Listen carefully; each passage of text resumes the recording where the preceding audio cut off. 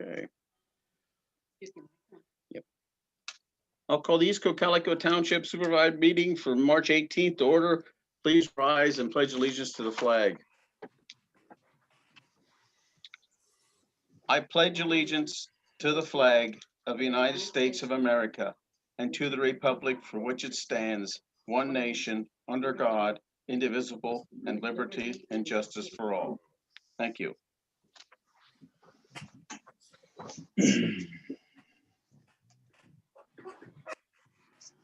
Okay, this meeting was advertised March 1st in the Lancaster paper. We had executive sessions on March 5th for personnel and legal matters, and then on Friday, March 12th for legal matters. The adoption of the meeting minutes from last meeting, March 4th. Any additions or corrections to those meeting minutes? I've Did got not have any, Alan. I've got none, Alan. Okay. The motion be approved the Thursday, March 4th, 2021 Board of Supervisor meeting minutes as presented. I'll make that motion. I'll second that. Any comments or questions? All in favor, say aye. Aye. Aye. Aye. Opposed, no. Motion carried. Thank you. Land planning. All right. Hope everybody's doing well tonight. I'm Casey Kirshner with Becker Engineering. Thank you, Casey. First on the agenda is earth, turf, and wood. Penny, I think you received correspondence earlier this week or last week that Mr. Heisen wanted to be on the agenda to discuss some more items regarding the traffic impact fee. So with that, I'll turn it over to you and Jared. Great, thank you. Before we get started, Alan, just want to say thank you for everything you've done over the years. It's been great working with you. I appreciate it. We've had some great conversations, and I'm sorry I never got your donuts. That's okay. That's all right. I'm not going anywhere. You still bring the donuts. Okay, thank you. Thanks for everything. I appreciate that. Thank you. I also appreciate the consideration with this traffic impact fee regarding the warehouse truck storage, the reduction in the costs. But I'm specifically here tonight to talk about this traffic impact fee. I don't want to talk about LERTA. I don't want to talk about, why Cocalico Commons wasn't built or what's the price of yams. We're going to talk about the traffic impact fee, and that's what we're going to specifically focus on. Our current building has 5 offices, all right? 2 of which have 2 people in them, and it's cramped. It's been that way for quite a few years, and it's tough to hold phone conversations in those offices. Our new proposed facility, which you've seen, okay, so we're going literally across the field, and we're giving everybody their own office now, okay? I have no plans to increase my staff anytime soon. We're comfortable with where we are, and we want to put stuff inside. So in this move, I'm simply relocating over there. We're not building a building with 30 new offices. We're not building a restaurant that seats 100 more. We're not building a UGI. So why are we getting slapped with this traffic impact fee? Because I know it's a very big item of contention for a lot of businesses in this township, and we're going to hash it out tonight. Because I'm not increasing any traffic flow any more than I am right now in my building. Who wants to run with this? Because RC, I know part of your campaign was to make this thing go away. So we're going to talk about it tonight. And we may talk about it for a half hour. The way it is set up is not equitable all the time. I admit that. But the idea for the traffic impact fee was that the current residents, the current businesses, when new businesses come in and need more infrastructure to handle the traffic, the current people won't have to put that total load. So that was the reason we did the traffic impact fee years ago. I admit it, it's not equitable all the time, but the idea is instead of raising your property tax exponentially to build new roads because of all the construction, we instituted a traffic impact fee. That was the idea behind it. But Alan, I'm not increasing any traffic. Let me ask you this question, Yeah, and I'm probably just dumb. I probably just overlooked this. yeah, But if somebody moves into this township, let's just say 10 families move into this township, and they build a Mhm. custom home and they bring 4 drivers with each of them, that's 40 more drivers. What's the traffic impact fee that's assessed to those individual residential houses? I'm not sure. Yeah, let me refresh your memory. 0. Okay. Let me ask you another question. What if you had a place of worship in East Cocalico Township and your church grew and you expanded your members and you needed to go to 3 services and you needed to add a new parking lot for 70 parking spots? Obviously, you're increasing traffic in East Cocalico Township. What's the traffic impact fee that's assessed in that situation? I'm not sure. There isn't one. Okay. Discriminatory, but you're really going after businesses for this. And it's not right. And you guys know it's not right. You've tried to figure out a way to unravel it. And you haven't figured out a way to do it. So what you're going to continue to do is jam businesses for this fee. Jared, And I'm advocating for every single business in this township right now. let me make a couple of comments here. You know that I have questioned the traffic impact fee probably since the day I moved into East Cocalico. Yep. Okay. My biggest question with the traffic impact fee, I can resonate with a lot of the things that you're saying. I can empathize with a lot of them. But one of my biggest problems with the traffic impact fee has always been, I understand what it's the spirit and the intent of the use of the fee is for. Okay. The challenge that I personally have is I haven't seen the large projects yet. The benchmark projects in East Cocalico where the traffic impact fee is actually being utilized. What are the next 5 projects you're going to even use for this traffic impact fee? So you're raising great questions. So the traffic impact fee, the difficulty with that fee right now is that fee has been in place for so long Okay. that you use the best words. How do you unravel it? Okay, it's a 2-part problem here, RC. Number 1 is the unraveling. Okay, if you're committing to revising this or making it go away, you got to figure out the unravel. The second part of this problem is why in the world would you collect traffic impact fees for businesses that are getting ready to build in this township that you're going to have to unravel that mess if you can't even figure out how to unravel this mess? So press the pause button on this and stop this. So it gives you time to figure out this, so you don't have 2 problems. And you're raising the right questions.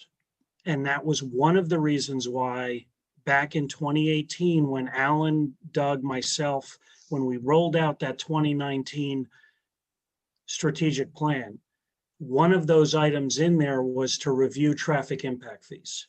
It was to review the impact fees, to review, is it outdated? Is it not outdated? It's Is not it even necessary? fair. Is it, well, it not only that, but does it make our municipality less competitive It with do- other? look. From Brecknock Township, and we've looked at a parcel there. What do we have to do to have you move into Brecknock Township? Okay, and I'm saying that loud and clear to every other business that's looking to build in East Cocalico right now, because there's no traffic impact fee in Brecknock Township, and there's no traffic impact fee in Everett. And here's the thing with these traffic impact fees: we've saved up for this building for 4 years. Okay, to make a better image in this community and to hopefully stay in East Cocalico, and the jury's still out on that. And this traffic impact fee jams us up because we have to pay that at the time we pick up the building permit. Mhm. And that's wrong, because you guys can't even figure out how to spend this money or what to do with it, but you're still holding out your hand of give me more money. It's broken. The whole system is broken. So I'm going to ask you, and I'm going to ask the Board of Supervisors tonight to make a motion to get rid of this stupid thing. That's easier said than done. Look, you got to start somewhere, Alan. If we, And Sure. then make a motion to pause it for 3 years until you figure out what you're going to do with it. I'd, Because if Jared, you this is want my us to, last meeting, but I think it'd be better off to see what the ramifications are if you pause it. I know if you get rid of it, we got to give all that money back that's not spent. you don't, what are your next 5 projects you want to do with that money? You don't even know what your next 5 projects are. Yes, we do. The one in there is Church Street and 272, which will be probably close to $1 million. Okay, then why And don't the you reason start? we haven't done it, because we didn't have enough money.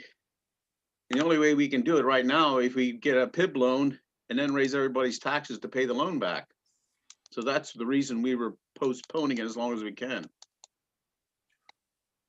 Yeah, let me jump in if I can, Alan. Okay.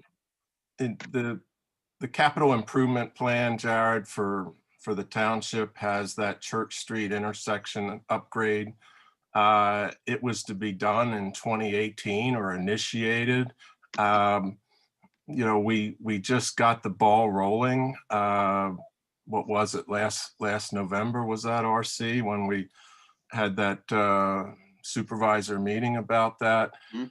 That's where the first project to be done with that capital improvement since I've been around. I'm committed to see that through. We need the improvements in these intersections. If you want to unravel this traffic impact fee, all that money has to be given back. We're at square one. That intersection. Went after businesses for this, Jeff. That's so unfair. It's wrong. Well, You need to tell me that businesses in this township are the only ones generating traffic? well, no, I totally agree with you, Jared. We are in the middle of this now. The alternative is to eliminate it and give the money back. That's our other alternative. Okay. And if we were to do that, you know, there's no money budgeted for that intersection. It would have to come out of capital reserves, and there's not enough there to do it. It'll be years until that gets done. So, you know, although it's the program, if I was to be looking at it, initiating it today, no, I would be very reluctant to want to put that in place for the reasons you say. But, you know, Look, you got to start somewhere, Jeff. right. Okay, you got to start somewhere. If you want me to stay in this township, I'm not paying a traffic impact fee. Yeah. I'm telling you right now, I'm not going to do it. Yeah. Well, It's wrong. It's wrong to go after these businesses like this, and solely these businesses. mhm. So fix the problem. Do something to bring businesses into this township that's fair. Well, we had that conversation with the lawyer. I specifically asked him about that. He said, you modify the program, everybody has to get their money back. You eliminate it, everybody has to get their money back. So it's basically done if you do that. So why would you collect more money? Why don't you pause it until you figure out what you're going to do? That question wasn't asked. I don't know the legal ramifications of that. I mean, why would you want to collect more money if you don't, you just said you don't agree with the program and you're considering how you could unravel the thing? We asked the questions, yeah. Then why would you want to complicate it even more by collecting more traffic impact fees? Well, I'm committed to see some of these road improvements happen. You know that along the Well, highway. then stop selling the Four Seasons building for $1 million less than you bought it for. Well, I can't. Jared, let me say this. I put a couple of notes here. Okay, you're asking multiple questions. that I have am. Multiple, and right, and you're asking multiple And you guys don't have questions, any answers. but they have multiple layers of complexity with multiple legal ramifications, including ramifications that could affect the infrastructure of the municipality for decades to come. But how are you going Okay. to compete with other municipalities next to you if you're $100,000 in traffic impact fees? That's one of the questions that's very valid. That's part of those multiple layers. So here's what I'd like to ask the board to do and make a commitment to you on this. Okay? We put an action item together, Jeff and Alan, put an action item together. And here's the very first thing we're going to do. We bring a presentation to Jared and the community next go around of, number one, what was the history behind, Tony, what was the history behind the traffic impact fee? Number two, what was the original overall spirit and intent of that traffic impact? Number three, of the funds that were collected over that period of time, when were those funds utilized and where? Okay. Number four, where are those funds specifically supposed to be utilized within the next 5 years? That's the first layer. The second layer then, Jared, is if we unravel it, initially, what does that mean for the funds, Jeff, for the infrastructure, and for the plans? That's the absolute best way we can answer that for you at this time. By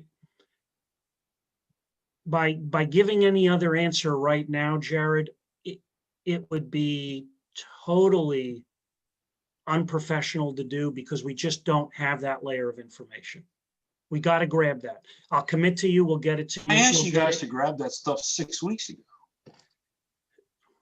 Mr. The Henson, if I may, if you the- go on to the township website and just type in traffic impact fee, Yeah. everything will come up for you. Our ordinances, our capital improvement plan is there, the different projects are there. Everything is right on our website.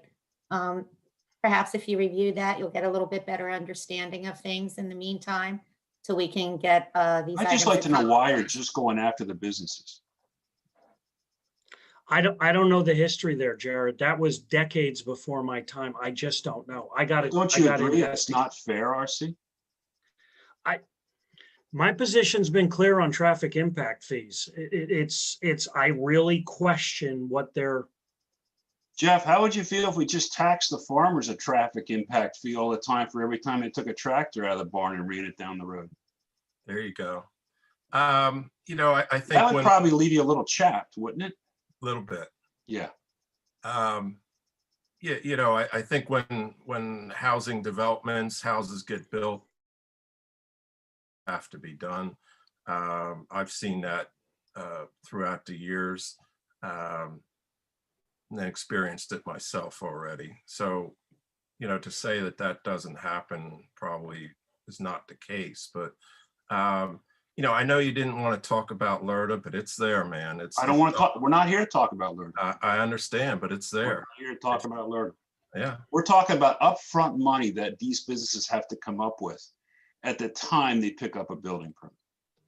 For the first And not a couple $1,000s worth. for the first 2 years, anybody improving their business, building it up, they got no tax increase. I'm not here to talk about taxes. I'm here to talk about. I know, but it's a reality of what we have in place. You have to consider that. I think, Jared, I hear what you're saying, Jeff. I think what we need to do, it would be improper for us to make a motion or do anything like that right now, Jared. We started Why that don't you look into process. pausing it, RC? Add that. That's a great recommendation.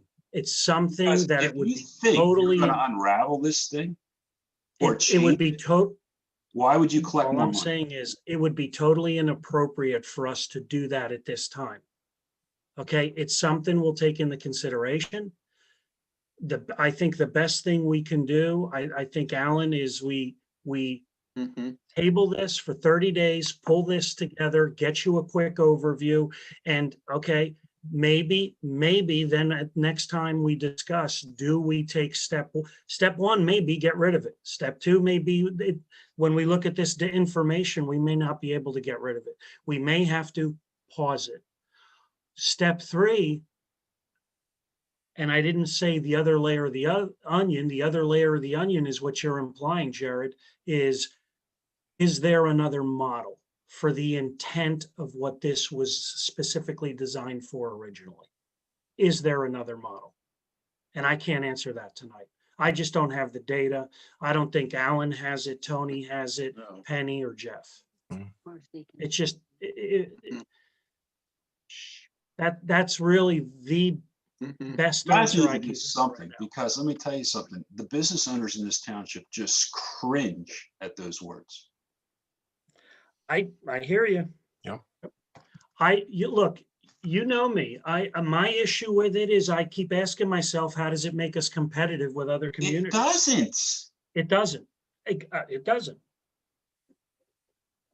And we are competing with other communities. So is that fair for now, Jared? Yeah, Okay. Thank you. I'm not Okay. pushing to put a shovel in the ground until we get to the bottom of this. I'll be a thorn on every meeting on this thing. All the business owners in this township. Fair enough. Hey, No, Chad, and thank you, sorry. thank you for your stance and being Yeah. firm in your stance. Thank you. yeah, Thank you, gentlemen. Ladies, thank you. just hang on a minute. I think Mr. Mackley would like to say something. Sure. Yeah, regarding what the owner is talking about there, he keeps referencing business owners. You are aware that developers also put into this. Are you not aware of that, or are you aware of that? Yeah, I'm aware of that to some degree, Doug, but I know there's a lot of standalone houses. You don't have to pay a darn bit for that. I'm talking about the TIF, the TIP program, whatever you want to call it, traffic impact fee. Developers are required to enter into that agreement, just like a business would do. And it goes back, I was on the board when that was created. RC just mentioned a model number. We use models from all across the state of Pennsylvania. There's one out near Pittsburgh. There's Manham Townships locally. Yes, there's not many areas in Lancaster County that have a traffic impact fee, but There's a reason for that. all right, but I made that comment at the last meeting. When I was on the board of supervisors, I got tired of business owners and developers coming in here and clogging up our roads and walking away from us.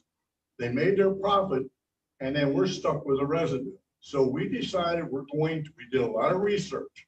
We decided we're going to adopt this traffic impact fee as a way to help alleviate some of the burden. It'll never alleviate it all. We don't collect enough money from anybody per se, but when you put them all in a pool, it does generate a fair amount of money. You are correct. But as a number was thrown out there about the intersection on 272 and Church Street, they had a high number. This township doesn't have that kind of money. And there's an awful lot of traffic goes through that intersection caused by businesses. We want you here, but you know, you have some skin in the game now. So But here's the deal, Doug. I'm not increasing any traffic in this township. I'm sorry.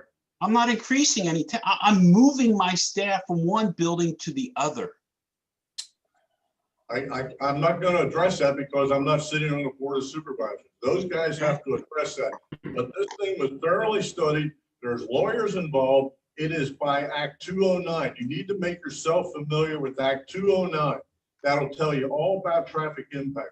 I don't have the time to read that. And I have Well, no desire. you can't complain if you don't want to study. I would rather sit down with the Brecknock Township Board of Supervisors and see what we can do about moving our business over there is what I'd rather spend my time doing. You know, we'd hate to lose you, but that's certainly your right. they don't have the infrastructure we do, that's for sure. So, and I'm not being, you're making some threatening statements. I'm not trying to be like that. But I'm not making threatening statements. You guys got to get this thing fixed. you just said you're gonna move. That's a threat. You No, call it what you want. Anyhow, listen, I'm not gonna get an argument. I'm just saying, study Act 209. It'll take you about an hour to read the thing. And you'll get more well versed, but this thing was done legally through all the proper channels. It wasn't done in a one meeting format. We spent months on this thing. Okay, thank you. Thank you, Miss. Thanks, Doug. Can we move on? Yes. Okay, thanks, Jared. Thanks, guys. Casey, All right, next on the list is 956 Smokestown Road. Some may know that as a Rupert property. The Ruperts had come before the board previously talking about some riparian buffer designs. Ultimately, they had decided to do away with that from a stormwater perspective and focus on it only on a zoning aspect. Our office had recently reviewed the plans, cost opinions, and are ready to pass a slew of the following motions, and I can read those now for you guys. So our first recommended motion would be to conditionally approve the stormwater management plan for 956 Smokestown Road, conditioned upon the applicant addressing all items outlined in the Becker Engineering Review Letter dated February 11th, 2021, to the satisfaction of the township zoning officer, township engineer, and township solicitor. is anybody here representing that? I did not expect anybody. Okay, I'll make that motion. I'll second that, Alan. Any comments or questions? All in favor, say aye. Aye. Aye. Opposed? No. Motion carried. Thank you. The next motion would be to acknowledge the required amount of financial security to be established with the township for the stormwater management plan for 956 Smokestown Road in the amount of $34,342.32 per the approved opinion of probable cost prepared by Fuhr Associates dated March 15th, 2021. Looking for a motion. I'll make that motion, Alan. I'll second that, Alan. Any comments or questions? All in favor, say aye. Aye. Aye. Opposed? No. Motion carried. Thank you. The next motion would be to authorize the Board of Supervisors to sign the improvement guarantee agreement for the stormwater management plan for 956 Smokestown Road. When signed by the applicant and provided in a form acceptable to the township and township solicitor, along with the required financial security and a form acceptable to the township. Okay, I'll make that motion. I'll second that, Alan. Questions? All in favor, say aye. Aye. Aye. Opposed? No. Motion carried. Thank you. Okay, next would be a motion to authorize the Board of Supervisors to sign the stormwater maintenance and easement agreement related to the stormwater management plan for 956 Smokestown Road when executed by the applicant and submitted to the township in a form acceptable to the township solicitor. Looking for motion. I'll make that motion. I'll second it, Alan. Any comments or questions?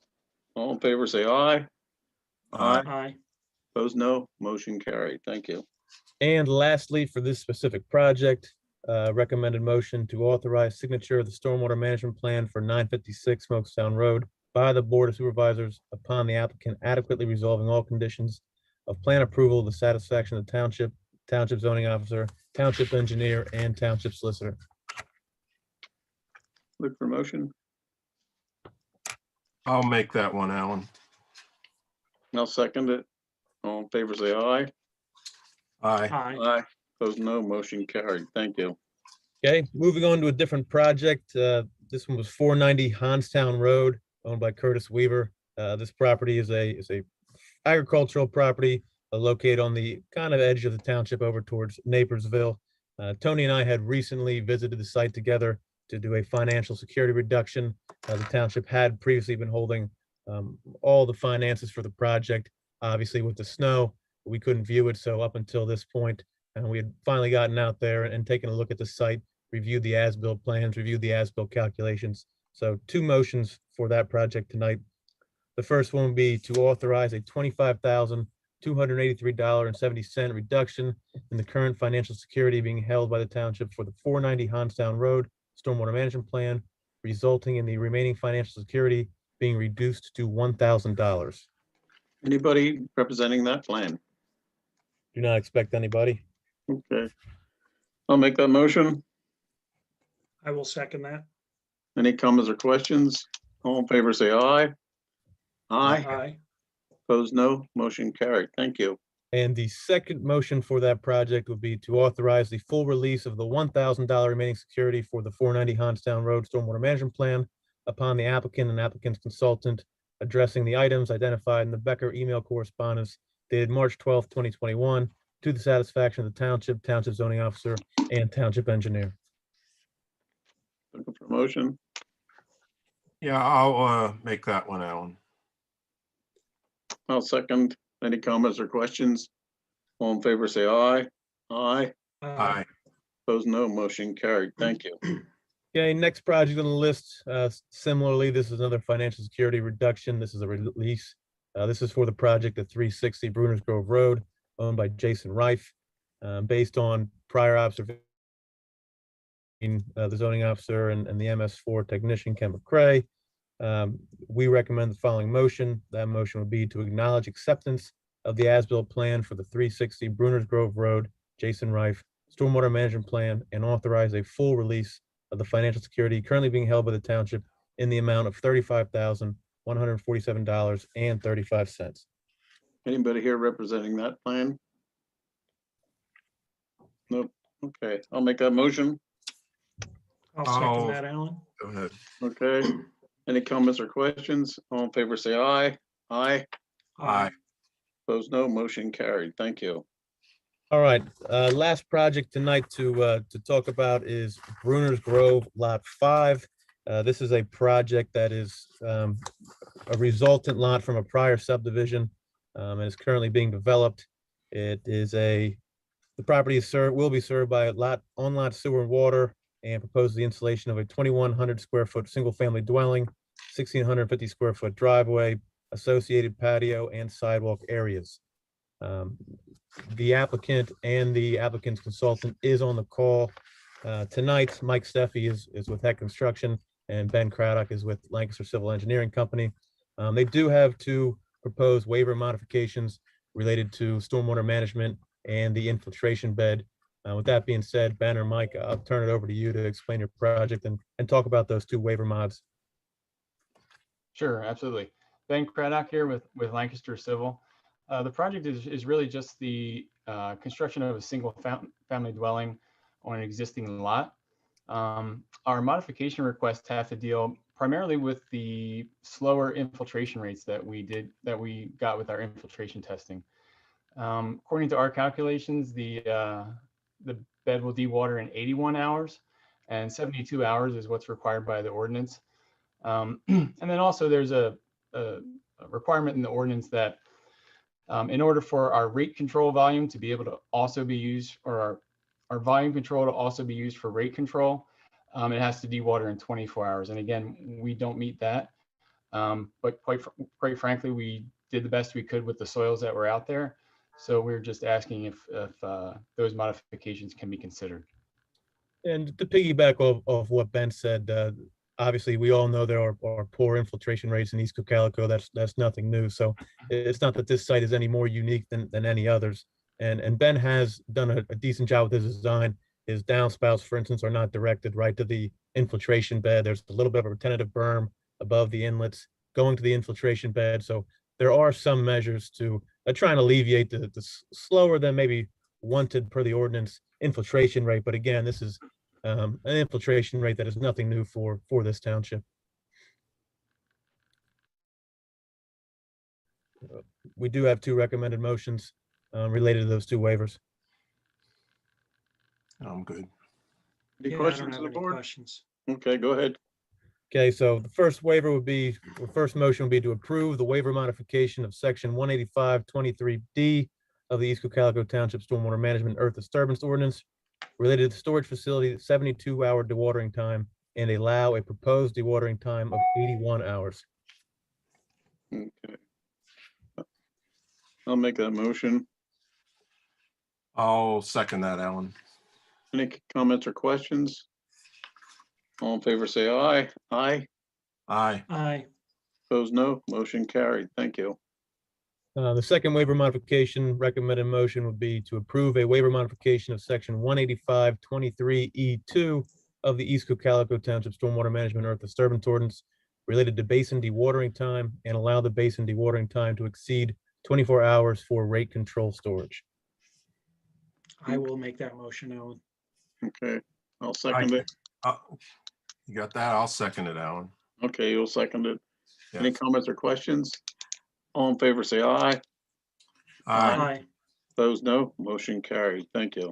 Okay, then moving on to some other motions, just as a quick background, I should have went over this prior, but Ben did submit a revised submission this past Monday, and we did issue a plan review letter yesterday, March 17th, trying to dial back the comments. And based on our comments in that recent letter, we feel comfortable recommending conditional approval and the other motions that are related to the conditional approval, such as signature. So I'm going to go down and read those motions. That's okay with you guys.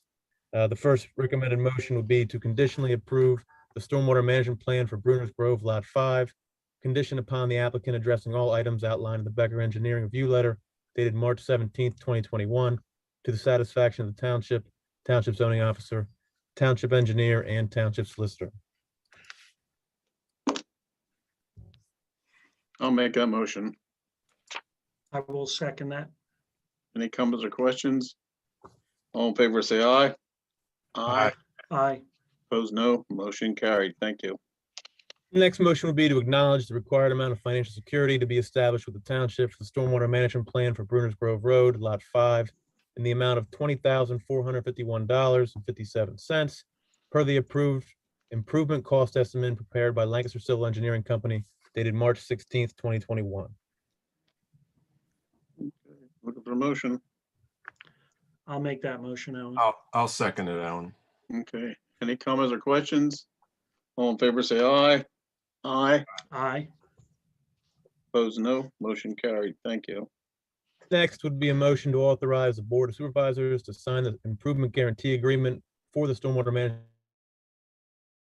when signed by the applicant and provided in a form acceptable to the township and township solicitor, along with the required financial security in a form acceptable to the township and township solicitor. I'll make that Yeah. motion. I will second that. Any comments or questions? All in favor, say aye. Aye. Aye.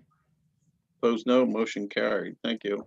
Okay, next recommended motion would be to authorize the Board of Supervisors to sign the stormwater maintenance and easement agreement related to the stormwater management plan for Bruner's Grove Lot 5 when executed by the applicant and submitted to the township in a form acceptable to the township solicitor.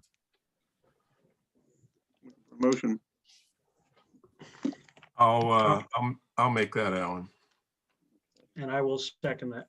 Any comments or questions? All in favor, say aye. Aye. Aye. Opposed, no. Motion carried. Thank you. And lastly, recommended motion to authorize signature of the stormwater management plan for Bruner's Grove Lot 5 by the Board of Supervisors upon the applicant adequately resolving all conditions of plan approval to the satisfaction of the township zoning officer, township engineer, and township solicitor. I'll make that motion. I will second that. Any comments or questions? All in favor, say aye. Aye. Aye. Opposed, no. Motion carried. Thank you. And with that being said, that concludes all the recommended motions under land planning. I wasn't sure if Ben or Mike, you had anything to comment upon the plan. Like I said, it's a relatively routine house dwelling along Bruner's Grove. No, I just want to say thank you to the board, and I especially want to thank you, Casey, for turning around those reviews so quickly and, allowing us to appear here tonight. It's very, very much appreciated. So thank you. Okay. Yes, thank you, guys. We really appreciate it. Thank you. Thank you. Thank you, Casey. Yep. And I'm probably going to stay on the call tonight. I think Ken might include me in some conversation regarding some other items down the agenda. So Okay. I will stick around tonight for a little bit. Okay, good. Thank Okay. you. Okay, interim township supervisor submission of letter of interest. RC, where are you? right below you. Yeah, How do you want to be handled? Who should should they be sent to the HR person no, no, or to you? they should be sent to Jeff and myself. So Okay. for people that are interested in that, they should actually be sent to Jeff and myself. Okay. At the township office, Hill Road. Mhm. Either at the township office, or they can, if they have our emails, they can email them over to us. Yeah, either way, yeah, through the township. You okay with that, Jeff? Yes. Yeah, I think we need a little bit of a presentation here. You know, I talked to the solicitor about the ground rules for us, you and I, dealing with this. We can solicit anybody in the township that is interested in being appointed to the open position. They can submit a letter of interest with contact information. You and I both have the opportunity to sit down and talk with them at some point, but not together. We need to do this separately. I would suggest, RC, that as soon after April 1st as we could, that you and I could schedule a time. The solicitor okayed the fact that we could both be in the township building at the same time, one of us in chambers, maybe one of us in the conference room, to talk to whomever wants to come talk to us. Or we can do this separately, whatever you would think would be best. I think we just play it out right now, Jeff. I think what's important is, because this is a learning process, I think, for both of us, right? Yes. Let me just take a couple of minutes to explain to everyone in the public what this actually entails. And thank you for outlining that part of it pretty well, Jeff. So basically, it's we have 30 days. The initial 30 days, Jeff and I have, to take these candidates and to try to basically vote on an interim supervisor that would sit on the board with us and do that, of course, in a public meeting. And then if for some unforeseen reason, if we are not able to do that, then there is an additional 15 days, and an additional 15 days is actually when the voting alternate that we appointed at the beginning of the year, which would be Mr. Barry Weaver, the voting alternate would then be involved in the process in terms of voting 3-0, 2-1, whatever the case may be for an individual. And heaven forbid, for unforeseen reasons, if we could not agree, just to kind of complete the process, it would then go to the Court of Common Pleas, where they would actually select an individual. But that's basically the overview of the process. And on a calendar date, Weaver would not get involved until May 1st. Yeah, without looking at the calendar, yes, yes, I believe that sounds right. Yes. So, my thoughts are that if there's any interest, RC, we should be contacted. The township, or us through the township, should be contacted by March 31st. Our next supervisor meeting is April 1st on the calendar. Not that we'll be looking to make a decision then, but we can announce how many candidates there are, or how many people have showed interest in being appointed. Yeah, I'm just checking the calendar, Jeff. Yeah, I think that's reasonable, because that's the 18th, the 31st, that's roughly 2 weeks. Yeah. Yeah. So So we gentlemen, would you ask like this on the website? Would you like, anyone that's interested, submit a letter of interest and put your email addresses on the website? Absolutely. Yeah, good idea, Penny, sure. Can we get some background information on that? I assume Alan's stepping down. Yes. Yes. I did my resignation letter at the end of last meeting. Okay, I lost the last, okay, I lost that part of the meeting last month. Okay, Okay. Yeah. So Larry Allen will be, his seat will be vacated, excuse me, his seat will be vacated on April 1st. okay, thank you. Okay. I think there's quite, Comments there from Doug Mackley. Yeah, Doug. Hey, Carl, thank you. Hey, got a question for the board. I see it says here interim township supervisor submission of letter. So you're just telling us how the form is going to work. You haven't gotten a letter yet from anybody? I'm not aware of any. I believe we got one. Okay. Yeah. Okay. And I'm assuming that might have come from the person who's applying for the position. I'm sorry. Can you ask that again, Doug? I couldn't hear you. The letter, you said you think you got one. Did that letter come from the person who is applying for the position? Or did it come from the party?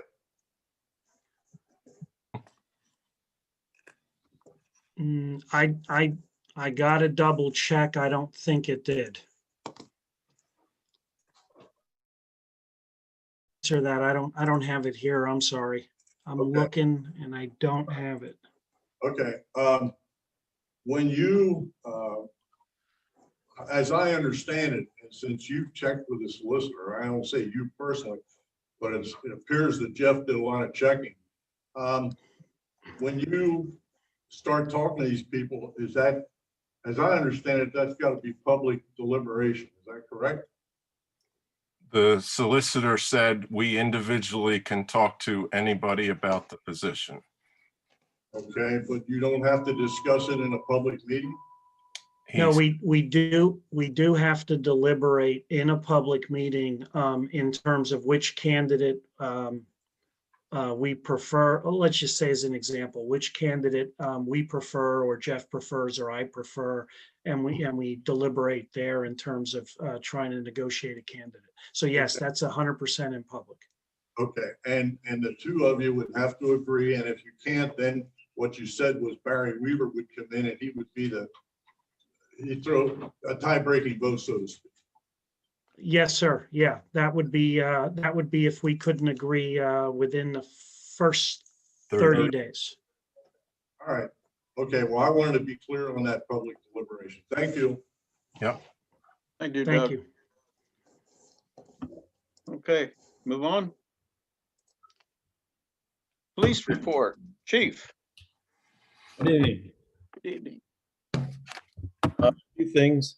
I think you have a motion, Mr. Chair, in reference to Yep. Officer Zachary Stauffer. Mhm. Shall I read it? Yeah, if you would, please. Yep. A motion to hire Zachary Stauffer as a level 1 police officer effective March 16th, 2021. I'll make that motion. And I will second that, Alan. Any comments or questions? All in favor, say aye. Aye. Aye. Aye. Opposed, no. Motion carried. Thank you. Chief. Thank you. Um, Yeah. Chief, just for the public's sake, so that brings your contingent of officers to the level you needed to be at, what, almost a year and a half ago, right? 16, I think? Yes, and if Larry doesn't quote me on this, I would turn my camera off and do a happy dance. Finally, we're there. So, Yeah, don't take any chances, Chief. yeah. Yeah, because that's been ongoing for a little while now. It has. So we have hired 3 in the last 2 months. So we are diligently working, and I do appreciate all the effort and the work that goes into this by the other officers, by the sergeants, in reference to, field training. It's usually a 3 or 4 week rotation through different officers, and they're going to be going to do this for a few weeks in a row, quite a few weeks in a row. So I do appreciate all the help that I'm getting to properly train these these new officers. Great. So, Thank you. sure. Wanted to talk about 3 other things. First, learned about a program a little while ago. It's been in the county and other departments for several years. It's something called Project Lifesaver. And what it is it's geared towards individuals, whether they are young and have developmental issues, or maybe the elderly with dementia issues, whatever it might be, where the individual tends to wander from their caregiver or from home. It is a program that's set up where a transponder is worn, and then we would have the devices to hopefully find that person very quickly with that. From what I'm understanding, it's been successful in other departments and other townships and boroughs. So we are currently looking into doing that. There is a cost to it, and we're going to work on ways to deal with that cost. But I think it's an important project for the township, for Denver Borough, to have that available for residents that may need it. So as we work through it, I'll kind of keep everybody posted. The individuals that, it was actually at the Chiefs meeting yesterday that they were there presenting, talked about success stories. So it's something that I think our department should be looking into, which we are currently. The second program is another program that it's going to somewhat mirror the Second Chance program, the program that we used when an individual may or may not be in trouble with us, and we might be able to get them some help if they're interested in that help for drug and alcohol abuse. So this kind of mirrors it, but it's on a different level in reference to mental health. I was made aware of it Wednesday morning. I sent an email to the director or CEO this morning, and I just checked my email, and he got back to me and saying that they're implementing this in other areas, and they are going to allow us to give them calls this week.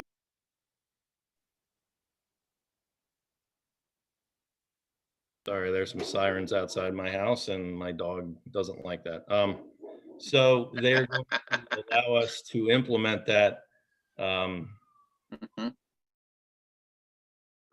it's basically if the other processes that are in place possibly don't work out, that we can give them a call, and maybe they could get a certified clinical social worker out, speak to the person, and possibly get them some immediate help. So that is good news for us and good news for the officers who may be dealing with that type of thing. Again, we're not moving past certain things, whether it be a commitment, voluntary or otherwise. Those will be first, but we will move on when needed. And finally, the last thing I have tonight is car 6, which was our oldest SUV. Which was used by the school resource officer, unfortunately had some serious mechanical issues and electrical issues. So that car has been taken out of service.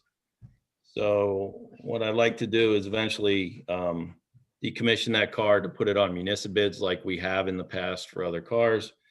I'll probably ask for a motion next meeting or the following in reference to that. And I'm hoping to replace that car possibly by the end of the year, if there is some ability in our budget to do that. It would be a good thing for us to replace that if possible. So that's all I have tonight. Okay. Any questions of the chief? Okay, thank you, chief. Absolutely, thank you. Thank you. Zoning officer, Tony. Yes, good evening, everybody. Supervisor should have a copy of my report. In light of the length of the itinerary here, I'll keep it short and sweet, but things are ramping up pretty well here in the zoning department. We're always busy, but now we're really seeing it. We had 24 new applications for February, 15 permits issued, 12 on review, 19 for pickup.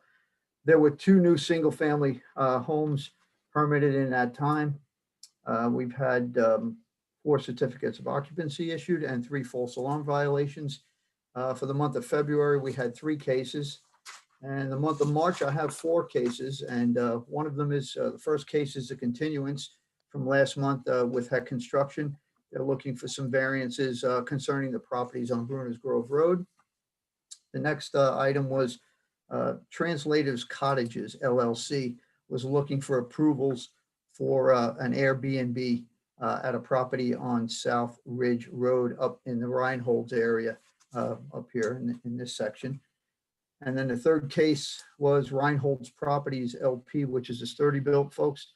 They were in to ask for a variance, a small variance concerning some setbacks on a new addition to their one of their manufacturing facilities. That company has been growing in leaps and bounds over the last 10 years. And the last case was Mr. and Mrs. Manwiller over on 108 Scenic Drive, came before the zoning board for an eco housing special exception to build a residence or in addition to the residence for their in-laws. Under code enforcement, one item I want to highlight right off the bat would be the zoning officer, the township engineer, and the MS4 technician, Ken McCrae. And I attended a rather lengthy meeting over at High Concrete discussing their stormwater facilities, some new additions, and some progress that they've made in cleaning up that site. It's been a long process. The Conservation District was in attendance, as well as most of the representatives with High Concrete. We're getting, as you know, what they do over there with all the aggregate, it's very easy to get on the ground, and it goes right into a stormwater facility. And hopefully it's trapped there in the facility so it doesn't get out into the creeks and streams. And High Concrete is diligently working on that. It's been a problem for quite a while. Township officials also met with the owners of Park Place Diner to discuss some potential uses on that property and the zoning requirements associated with that. Another item was the township roadmaster and myself met out on Mones Hill Road to discuss some culvert issues there that they have, trying to increase the water flows along that road because it does flood out pretty consistently. And I'm happy to say the road crew has done a good job in maintaining sections of Mones Hill Road, so we have less impact. And one other item I've just make mention, I've been out to the Carriage Hill development site several times over the last month. As you know, they're moving earth and putting in houses up there in the 3rd phase. The 3rd and 4th phases, actually. They're really doing a good job there so far, and they are selling houses. I think I've received the 4th permit for a new home up there in the Carriage Hill development. And with that, I'll end my report. And if you have any questions, I'll be happy to try and answer them. Any questions of Tony? Okay, moving on. Roadmaster. Right. Good evening, guys. Good evening. Evening. All right, you guys have a copy of my report to reference off of. So I'm gonna go ahead and start with it. Washed interior and exterior of trucks and equipment on a weekly basis, just the normal cleanup. Cleaning drains as needed. This was done frequently due to the high volume of snow melting and the cold temperatures overnight to eliminate, possible refreeze over the night with the cold temps. Repairing signs as needed, generating lists of signs that need fixed, straightened, or updated. The new welcome, the East Cocalico signs were delivered and the road crew began installation of these at the 25 locations throughout the township. These are all installed. Straighten and repair signs at Smokestown Road at Hill Road, straighten and repair sign at Oriole Drive at Blue Jay Drive. Replace old faded local deliveries only sign at Wabash Road at Reamstown Road. Had crew members drive around township to straighten up signs after the winter plowing season. organizing the shop, sweeping our shop parking lot and an alley, heading back to our shop free of cinders after and any yard cleanup due to the winter plowing season. Street sweeping is on the schedule for April 13th through April 16th with Martin Pavings. 20 road improvement projects were approved at the last Board of Supervisors meeting on March 4th, 2021. Roadmaster has met with a few companies already to walk over the projected jobs and answer any questions pertaining to these jobs as needed to help them understand for the bidding. Winter season in full effect, communication with school transportation and efforts to help with the refreeze and runoff due to the melting of the snow is needed. Check over trucks on a normal basis. Fluid levels, grease components, clean interiors is needed. Delivered a couple loads of salt to Adamstown Borough as needed after discussions with the roadmaster from the borough. They are completely stocked at full as of now. Tree work, Martin's Tree Service completed the project on Hill Road and Dogwood Drive on February 23rd, 2021. This job consisted of 1 tree being taken down on Hill Road and 3 trees taken down on Dogwood Drive. Road crew helped during this with taking care of traffic control and cleanup at these locations. Road crew was also sent out to do roadside mowing at Naperville, Friesville Road, Steffi Road on Thursday, March 4th. This work will continue to check all streets in reference to the 2021 road improvement projects moving forward.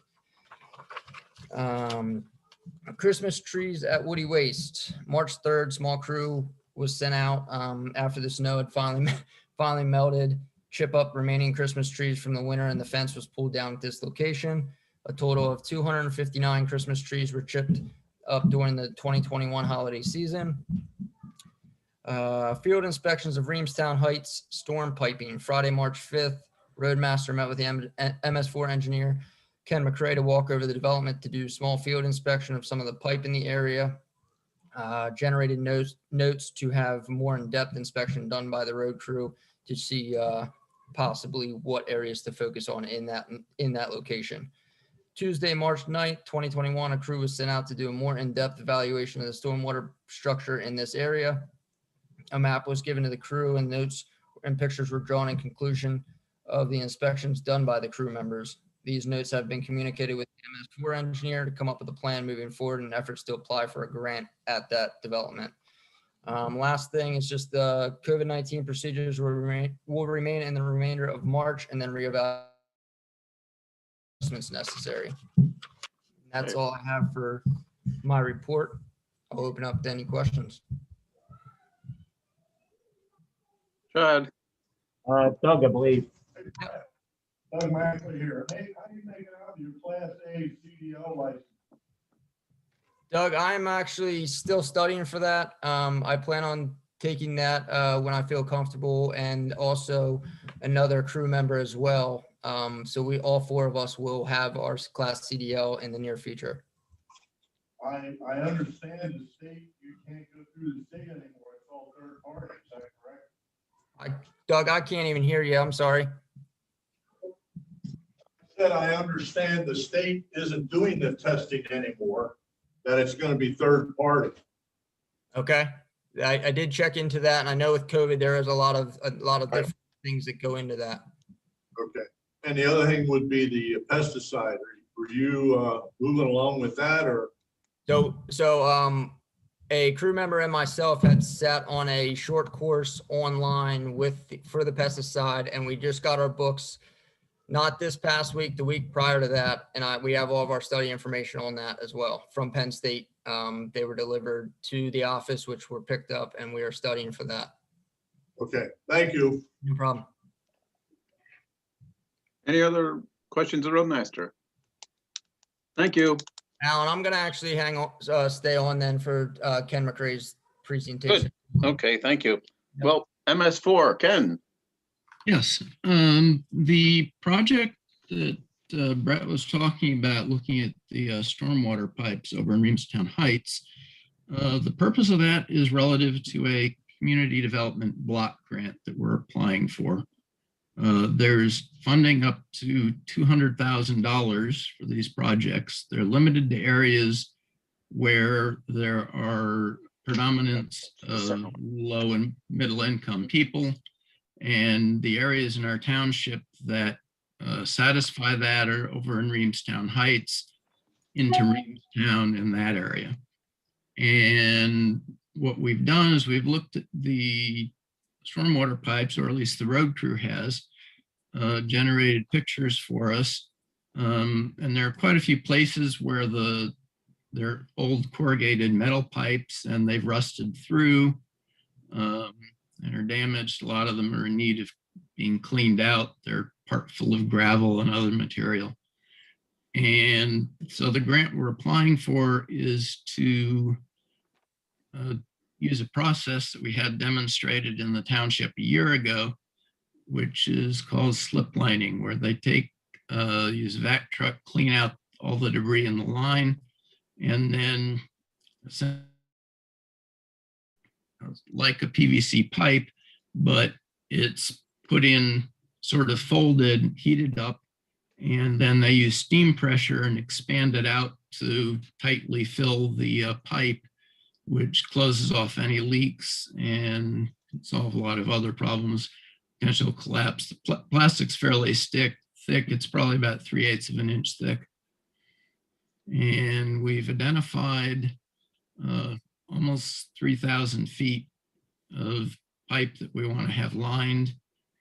And that just fits in the amount of money that's available, the 200,000. There is a 20% match goes with that. And that money has already been budgeted in this year's MS4 budget. So we are hoping to be able to move ahead with that. And there are items relative to that. There's a draft resolution that I prepared. One of the things that the application requires is a resolution or some confirmation that the Board of Supervisors of the municipality approves of the project. And so, Alan, do you want to deal with that now? Okay. Okay, there's two motions here. The motion to authorize the signing of the East Cocalico Township Board of Supervisors letter of support in applying for and participating in Community Development Block Grant Program. That's the first motion. I'll make that one. Your mic's off, RC. I will make that motion, Alan. Okay, RC, make that motion. Okay. I will second that, Alan. Okay, any comments or questions? All in favor, say aye. Aye. Aye. Aye. Opposed, no. Motion carried. Okay, the second motion, a resolution. Motion to adopt resolution number 2021-03, authorizing the application to the Lancaster County Redevelopment Authority, the Community Development Block Grant monies made available for public improvements. Go ahead. Okay, I'll make that motion. I'll second it, Alan. Okay. All in favor, say aye. Aye. Aye. Opposed, no. Motion carried. Okay. All right, there's one other item relative to that, and that is another requirement of the application is that we have to hold a public hearing to discuss what's being done with the project. So there is another item there to vote on, and that is to advertise to hold the public hearing at the next. Okay. I'll make a motion to advertise notice that a public hearing will be held Thursday, April 1st, 2021 regarding the submission of an application for the Community Development Block Grant. That's a motion. I will second that, Alan. Okay, any comments or questions? All in favor, say aye. Aye. Aye. Opposed, no. Motion carried. Okay, thank you. Farmer's bid motion. Yes, what that is about, we talked about that at previous meetings, but what it relates to is using best management practices that are done on farms to satisfy our pollution reduction requirements under MS4. It's a far more cost-effective way of doing it. It's new. We're kind of the test case in this, but I recently sent out, actually to the printer, there's a very nice booklet on clean water and farms and letters to farmers with at least 10 acres of land in the township. In that program, only the ones that are within the urban area are allowed to participate in that program just because of the MS4 restrictions. And so all the farmers are getting copies of that booklet. And there's a letter in there describing that bidding process for using part of their land and committing to keep cover crops or basically a conservation practice in place for a term of 5 years in exchange for some financial compensation. Did you want to describe that, Jeff? Yeah, I think it's going to raise a lot of questions, Ken. I've been communicating with some farmers in the urban growth boundary, some plain individuals. Amazingly enough, there's one in the township. He doesn't want any money. He wants to participate, and he wants to do that on a volunteer basis. He's got a couple small issues he'd like to address on the farm, some small erosion problems. And if we can help him technically or otherwise with that, he'll be happy to volunteer up his farm for us to use, which in my mind, that's a great idea. I wish everybody could do that. That would help our budget tremendously. But so, I think we're making some inroads into the community that way.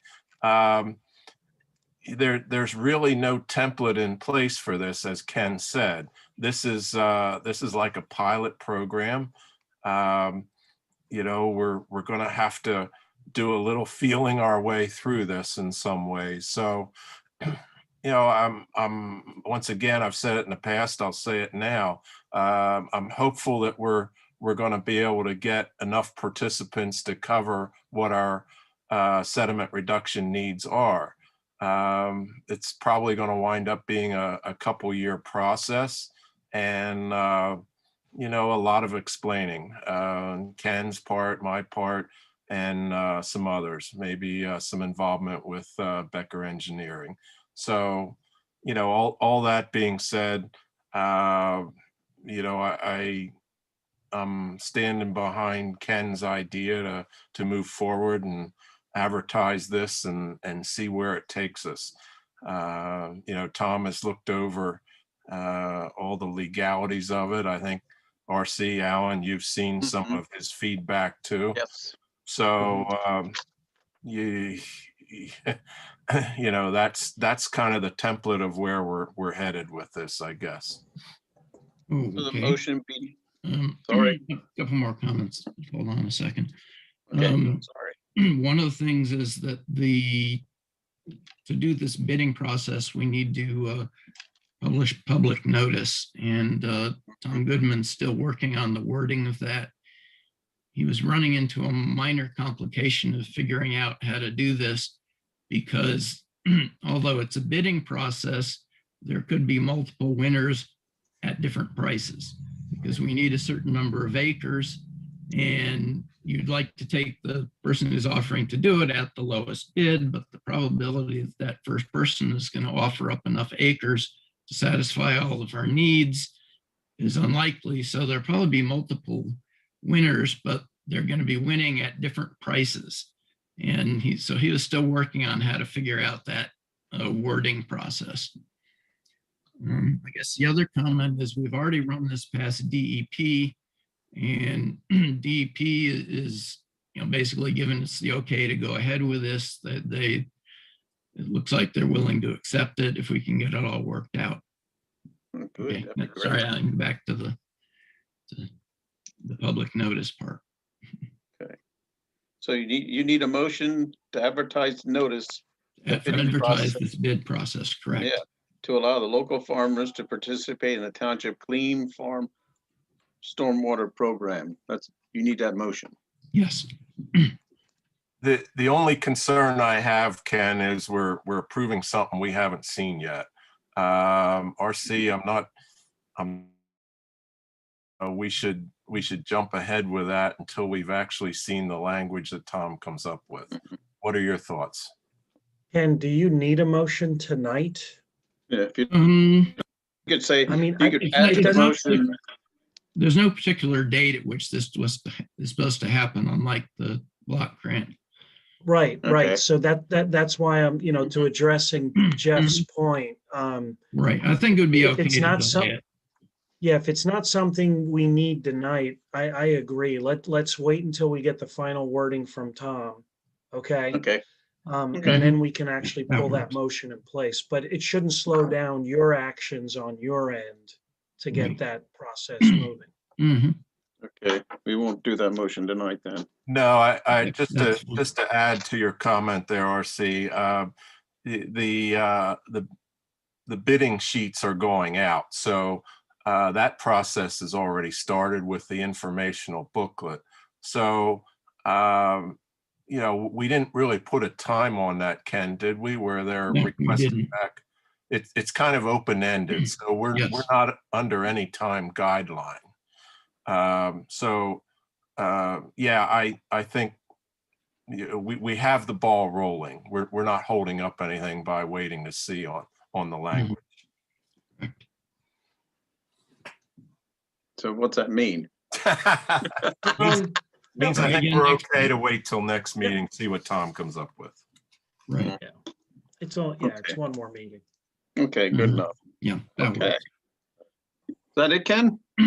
Just one other comment, the Stony Run Stream Bank project by the Township Building. We're hoping to proceed with the actual work probably in April. We want to wait long enough so it's warm enough that when we plant grass, the seed will actually grow.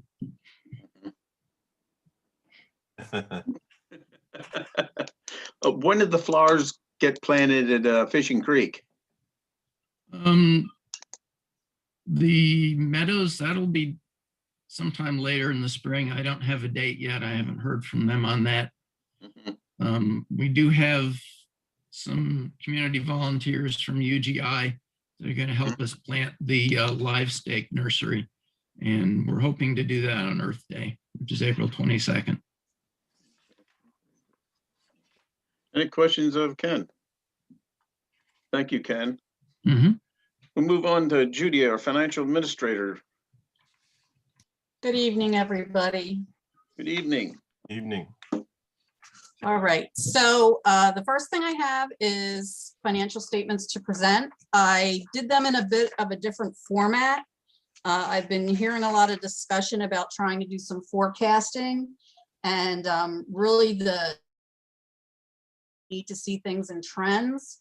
So I set up both the balance sheet and the income statement to show monthly amounts and then a yearly amount, compare the yearly amounts to a budget and show you the variances. And that's on revenues and expenses. And then at the end of the report shows you expenses over revenues, and then that number carries over to the balance sheet. So you can see the effect on the fund balance from month to month. I'm really looking, this month I only presented the general fund, and I'm looking for feedback to see if you like this presentation. And if you do, I will do it for the other funds as well. Or whether you don't think it's necessary and the other reports were fine. That's really what I'm looking for, to try to give you better information as to what you want to see, so we can work forward on this 3 or 5 year projection, however we're going to do this. What's the feeling of the board? Well, Judy, I'm gonna be very transparent here and confess, I didn't get a chance to look at that in detail, okay? So I can't answer that tonight. I just didn't have time to. I'll make the same confession, Judy. It's been a busy week here, and I didn't have the time either, but I will over the weekend, and I'll get back to you on that. Okay. I have a full agenda of other things, so before I just pass off on this, does anybody have any questions on anything, or should I just go ahead and move on? I'm okay to move on. Yeah, move on. Okay. All right. So with the resignation, I've been thinking about changing the signers on the bank accounts. I've talked to Univest and to Ephrata National Bank about the proper way to do this. We really can't do anything until the new person is selected and in place, because you know, the bank has requirements about getting ID and all that kind of thing. So that is pretty much something I can't work on until a decision is made on the replacement. There is also the issue of the procurement cards, the township credit cards. They will have to be reissued. And at this time, while I'm doing that work, it might be time to discuss whether any other personnel in the township should have a credit card. I want you to be aware that there could be some violations if personnel are buying township purchases on personal credit cards and they have benefits through their credit cards. That might be considered an ethics violation. So what's the board's pleasure on that? Do we just want to keep one card for the supervisor, or do we want to consider possibly for other personnel? Yeah, I think that'd be good to take that under advisement. Alan, that had been talked about in the past, I guess. Yeah. What's your experience there? Well, you want to be careful with credit cards. That's the only thing I want to be. Right. Yeah. There probably wouldn't be bad to have one for the township and one for the police department. That's my opinion right now, but you two, why don't you two think about it and We'll take it under advisement, get back Yeah. to you next meeting, Judy. yeah. Okay. Because the chief, he does a lot of purchases on that he could use a credit card for the township. Yeah, we'll take that under advisement, RC. Yeah. Okay. The next issue, I'd like to put together a formal purchasing policy. I'm just looking for guidance from the board about how I should go through the process of doing that. There's a little confusion in the departments, the proper way to handle submission of a purchase order. So in my experience, a purchase order is usually preceded by a purchase requisition, and then prices are gone out, and the power of the entire government body, their purchasing power is used to get the best price. Obviously, our purchasing program isn't set up that way. We immediately issue the purchase order, and it's basically used as a mechanism to ensure that purchases are approved. I also want to make sure that you know, the spending limits are being followed and proper approvals are being gotten before checks are cut and that kind of thing. So I was thinking maybe I could come up with something and present it to you, and then you could approve it at a board meeting. No. Yeah, I agree with what you're saying there, Judy. Can you give us, because of your experience level there, can you give us a procedure and protocol that you would like to see? And then what Jeff and I can do is take a look at that. Okay. I think in the past, RC, from what I've noticed, as long as they're following budgetary guidelines there, you know, I haven't really notice much of any issues there per se. Doesn't mean there won't be, but you know, I think with Alan being treasurer, we've been reviewing things, and you know, we've been staying within the budget constraints with each department head, I think. I concur with Jeff. Yes, definitely. Doesn't mean there won't be an issue in the future, but that's my experience. Yeah. Okay, so I'll come up with some recommendations and I'll submit them to the board for review. Okay. Good. Another issue I am having is I am completely out of filing space. The room at the road shed is completely full. There's no more room to move any past year files out there. The filing cabinets in my office are completely full. So I think we're at the point now where we have to consider destruction of files. And from what I was told in the past, when we do this, there's typically a community shred day. What we need to do first is come up with a list of documents that need to be shred, and then we need to pass a resolution to shred those documents. And then at that point, we can have the company come out with the truck to do the shredding. So there's going to be a lot of work before we can shred the documents. I want you to be aware that this is not in the 2021 budget. So before I started doing the work, I wanted to make sure that this was something, you know, that we were going to be able to follow through with.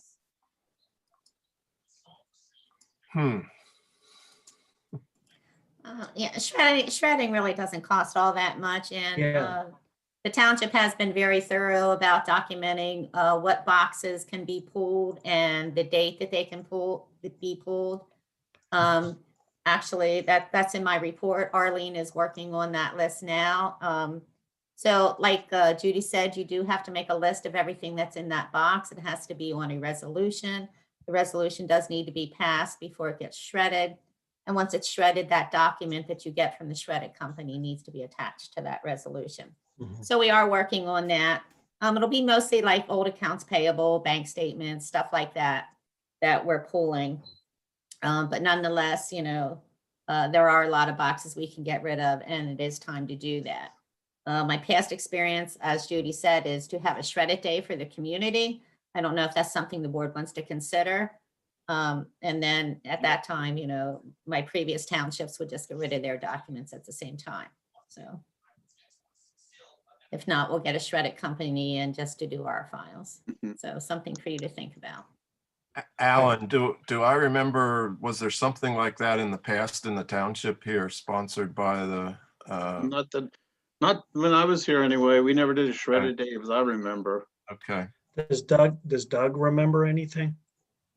Yep, Doug wants to actually make a comment. He'll come up. We did some of that, but the most important part is Paula, who's no longer there, used to do a lot of scanning so that you have a backup for the stuff you're going to shred. I know there's laws on keeping some of the financials so long, et cetera, but the plans, you just can't get rid of them. They've got to be around forever and ever. So, you know, I don't know where the township is on scanning material, but she was doing that almost weekly. And I don't know if that's still going on or not at all, but you know, it's just a word of advice. Be real careful, because the minute you shred it, you're going to need it, and then it's gone. Yeah, I can answer that, Doug. We are continuing with the scanning of all documents, so that has been kept up. And you are correct. Even though certain permits and things could be shredded, we're not shredding any permits. Those kind of records will remain in perpetuity. And those are the big things. I mean, that's correct. 70, 80 pages long. So yeah, none of those items will be gotten rid of. Like I said, this will be mostly accounts payable, old bank recs, maybe some old tax returns, that kind of thing. But we do have the list. Paula was very good about that list. I have to commend the township on the job on creating that list and how well organized it is. Hats off to the staff for doing that. So it's been easy to keep up with. So good job, everyone. Okay. Okay. The next thing is we received our first donation to the police department for the year. As you'll remember in our budget meeting discussions, in past years, we've typically credited this money to an expense line for the police. But we agreed that going forward, we would put that money in revenue accounts and then have the police chief decide what expense line he wanted to spend that money on. So at a future meeting, he will probably make a recommendation on how he wants to spend that. And then I would ask the board to make an appropriation to accept the revenue and then also to accept or agree to the expense line that he wants to spend it on. And then we'll put it in the budget. So it's not an off budget item or off income statement item that, you know, we have to keep track of separately. The next, Shirley and I have been very busy learning about the American Rescue Plan Act of 2021. I'm sure everybody is aware of the $1.9 trillion package that the president signed. This is having implications on healthcare and on leave for employees. So we know that last year paid leave was mandatory. Beginning January 1st, it became voluntary. The government was offering tax credits if you continued with the voluntary paid leave. Unfortunately, being a government, we are not able to get those tax credits. But another thing that has changed is COBRA regulations. Apparently, this new act is subsidizing 100% of COBRA, and we need to offer that to people that have less since November 2019, and they are allowed to have a second chance to take COBRA. If they decide to do that, we need to pay for their health care up front, and we will get subsidized by a reduction in our Medicare taxes that we pay, our payroll taxes. We're also going to be getting money from that act, and that's something that Penny's going to discuss in her report. Something that we did last year when we received our CARES Act funding was we registered with sam.gov, and that is, let me see if I can remember what the acronym stands for. It is System for Awards Management, and it's the federal database that keeps track of everyone who receives federal funding. So we registered for that, so we would be able to get federal funding. We may also be subject to single audit requirements, and we're tracking that as well. And we also hired a contractor to help us with that registration. And they, at the same time with that registration, they can help us find federal grant funding opportunities. So does anybody have any questions on that? It's a pretty big act. We're still trying to figure out all the implications. I have 2 webinars tomorrow, one with the County Chamber of Commerce, and they're going to discuss the opportunities for businesses to get funding. And then at 2:30, I have a webinar with our CPA firm, and they will be discussing how to account for that and to track it to make sure that we meet all. Judy, is it your opinion that they allocated money without rules on how to deal with this, or is the rules there and they're just trying to decipher them, or what's your take on it? My take is that with the CARES Act, the rules were specific, but they were easier to meet. With this one, they're more broad. It's for a 4-year term. It's for a longer period of time that we can use the money.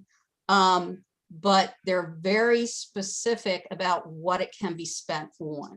Okay. So So- the rules are there then?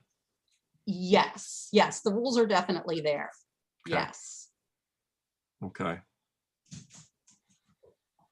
So I think I think the rules are a lot more cumbersome with this round of funding. Mhm. So we're gonna have, and there may also be some, the money came from the federal government, goes to the state, goes to the county, goes to the township. That's where it stopped with the CARES Act funding.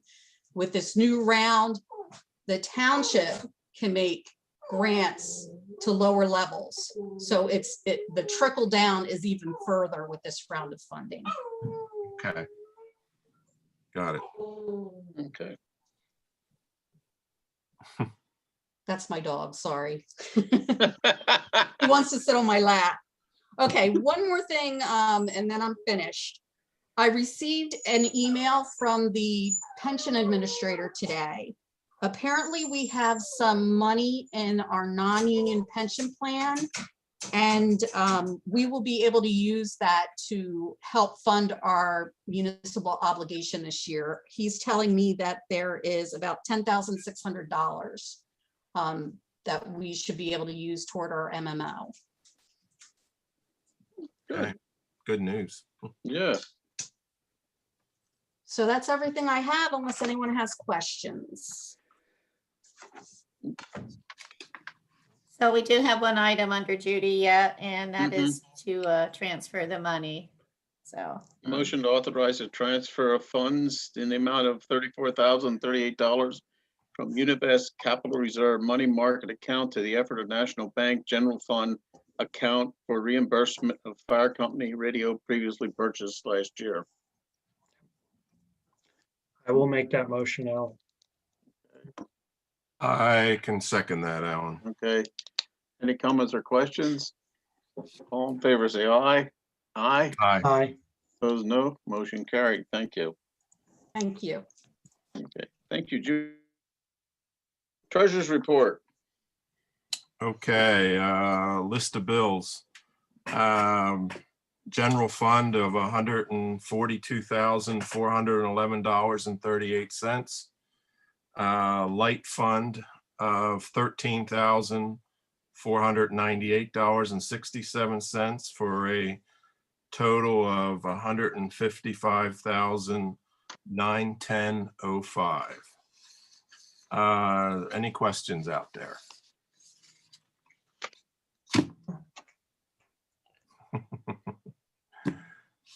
Yes, ma'am. Oh, there you go. Check number 60708. I think that's the check number for the TIF program. Under Becker Engineering. That's $90 for Becker Engineering. yes. That was for traffic impact fee. You want more on that? Well, I'm just wondering, what did that do? Did Penny, did that pay Brent to be at a meeting? Is that what he charges? I'm not sure. Do you have anything on that, Judy?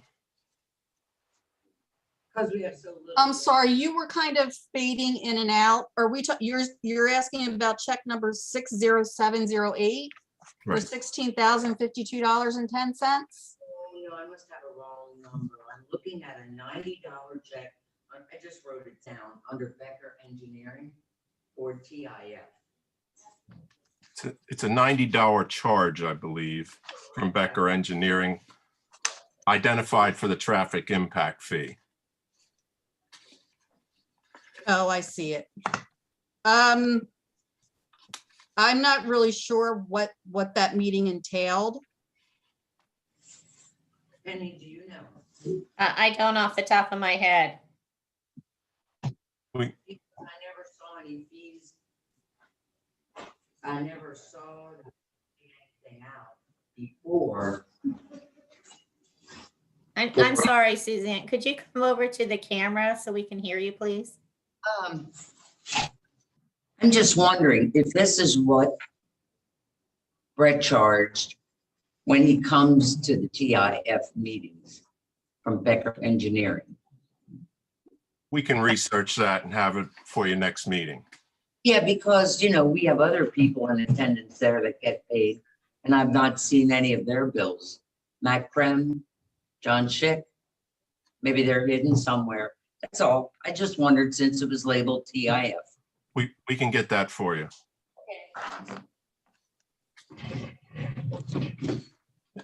Anybody else?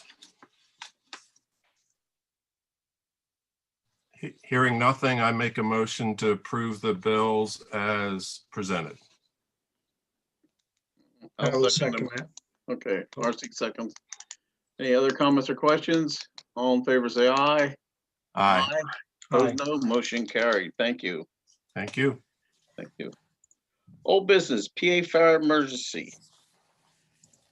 That's tabled, Mr. Chairman. The same with the North Reamstown Road and Colonel Howard Boulevard, the street lighting. I have not yet heard back from PP&L on that, so. Okay, Recreation Board. The Bike and Skate Scooter Park. I think Tara and Eddie are present here to jump in and talk about that. Present. Hi, this is Tara. I'm here as well.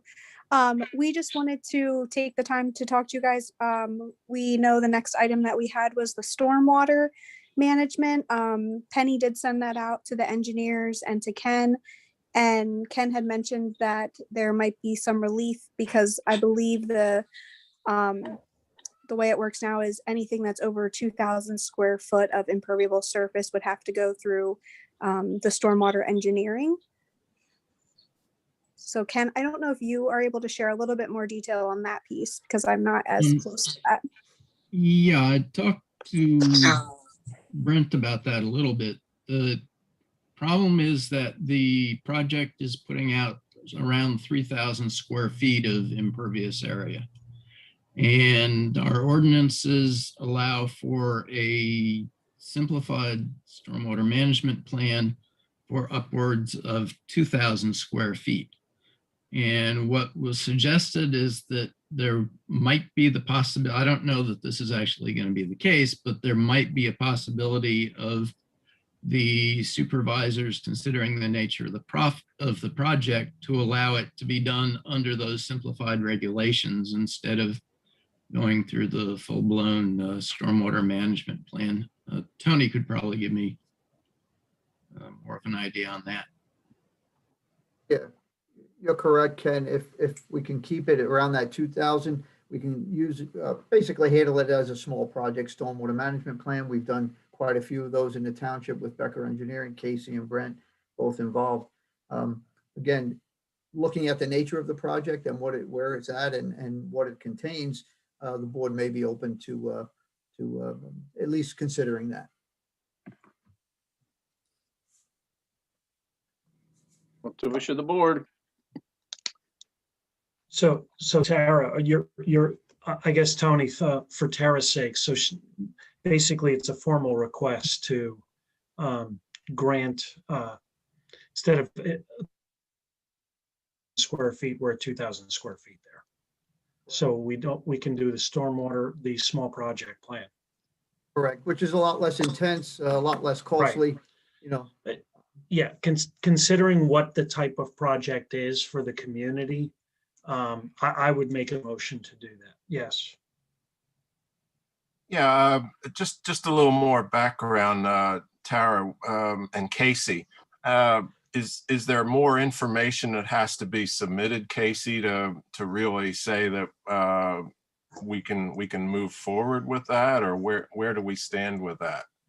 Right. So I think March 9th, maybe sooner, I think it was March 9th, we had got an email from the township requesting to view the information that was forwarded to them, to the township from Armand Concrete, and I believe Tara, not 100%.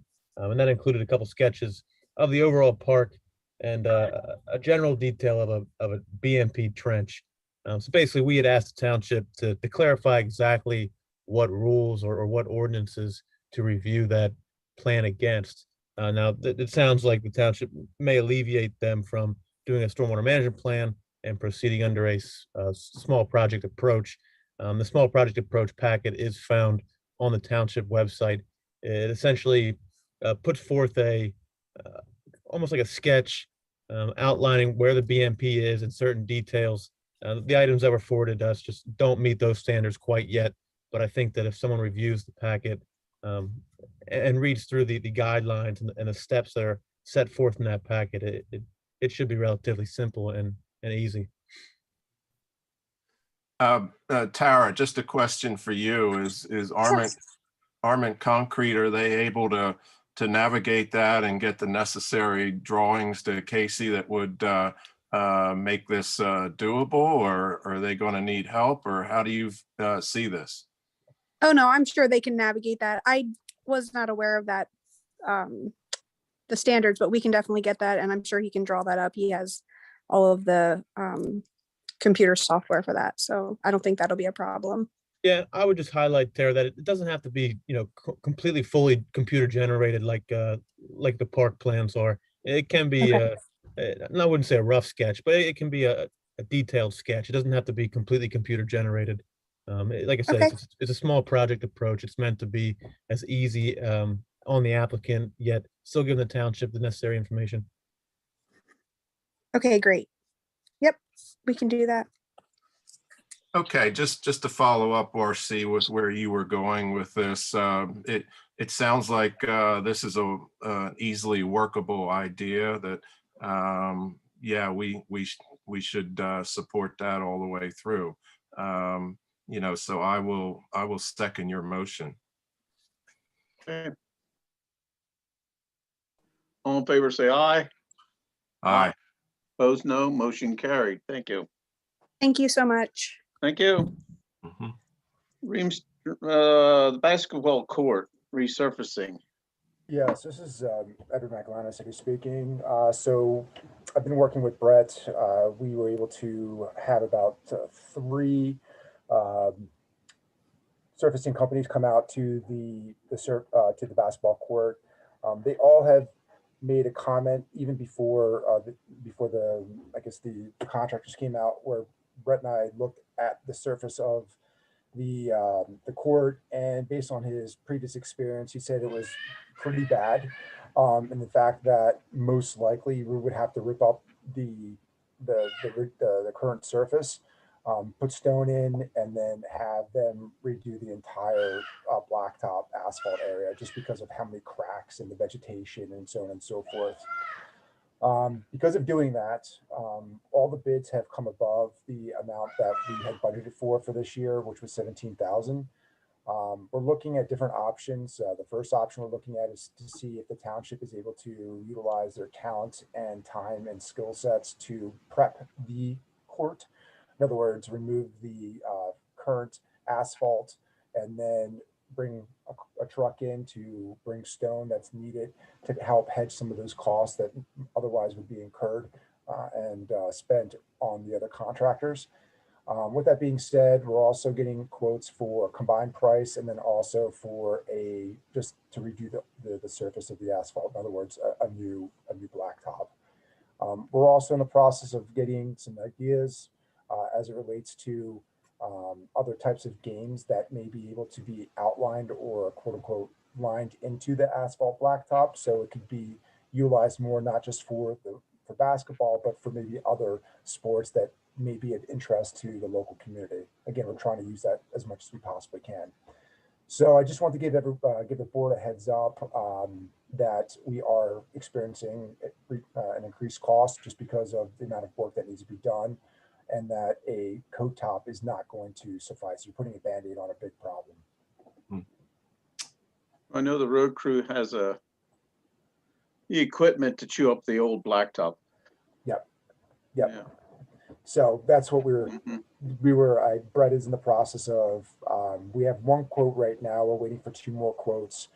And then at that point, I know that he's currently working on getting a quote for the demo work of the court, and also pricing out stone and haul for the new and the old. So you're thinking, Eddie, till next meeting, we'll have some numbers in front of us. Yeah, absolutely. Yep. Okay. My question on something else. Stony Point Park, has the rec board considered anything up there? Yeah, I wasn't going to bring it up, but that's great that you did bring it up. The working group right now is diligently working on coming up with multiple ideas and sketches. So what we're doing is we're taking the leathers marketing and the marketing that we've done in the nearby community and trying to combine those ideas and putting together a prefab playground set with additional freestanding items like a rock wall, maybe there's different options. So the working group's going to present, I would say 3 to 5 different options available. And then at that point, the Park and Rec board will make their recommendations. And then from there, the recommendations will be obviously presented to you, the supervisory board committee. We're just trying to figure out, do we want to do a small community build? How much is it going to cost to install? Are we able to get the township involved in that in any way to, just to help offset some of that cost as well?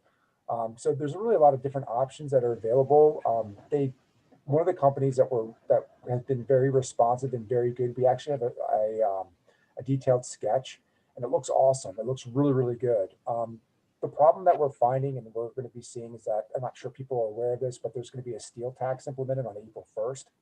So unfortunately, we're not going to be able to get in and purchase the equipment that we need before that, unfortunately, because of timing.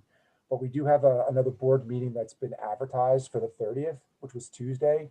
So that we're trying to get as much information as possible so that way we can move forward and present to you, the board, so that way we can nail out all the details and all the questions, and then be able to start moving on this, possibly still capturing the old pricing, and so we can get more for our money as it relates to the project.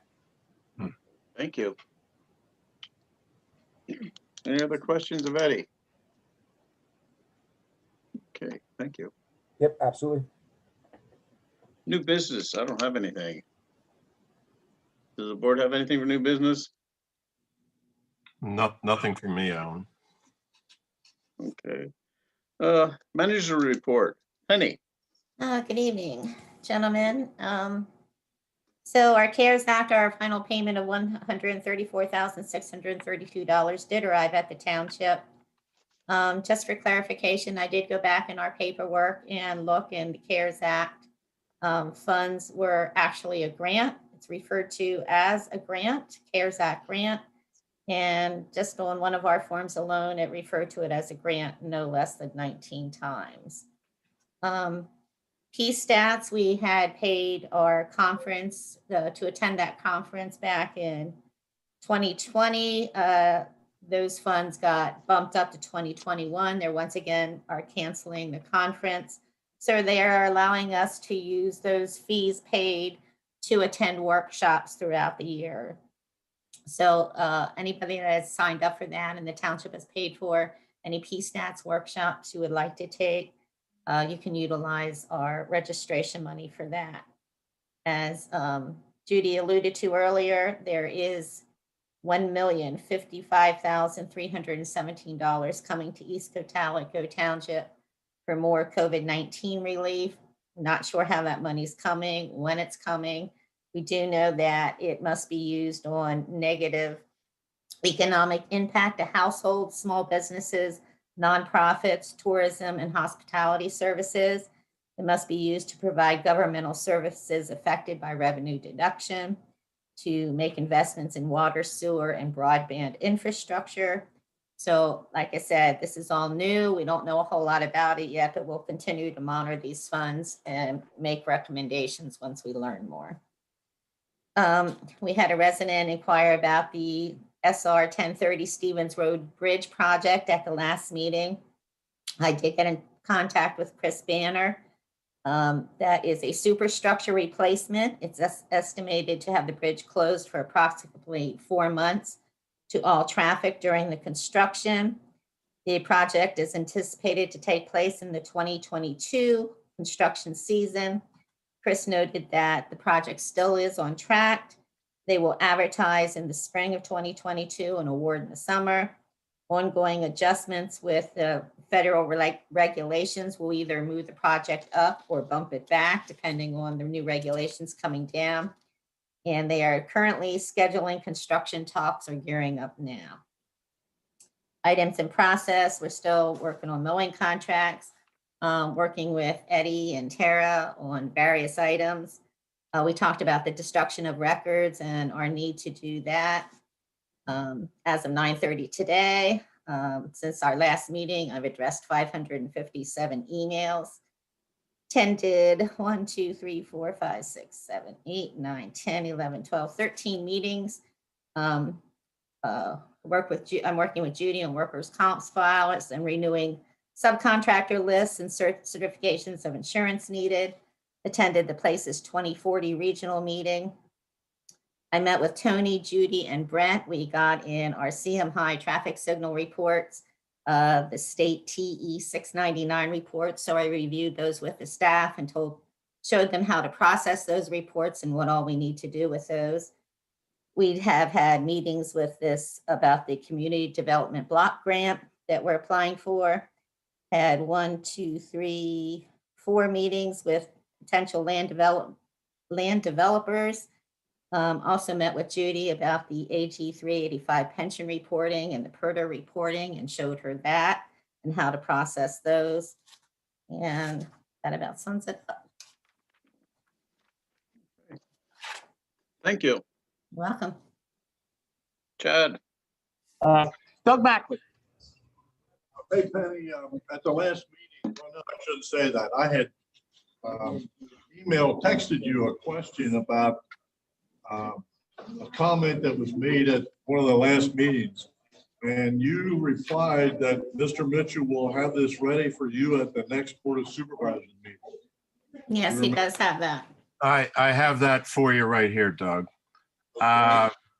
The question was about the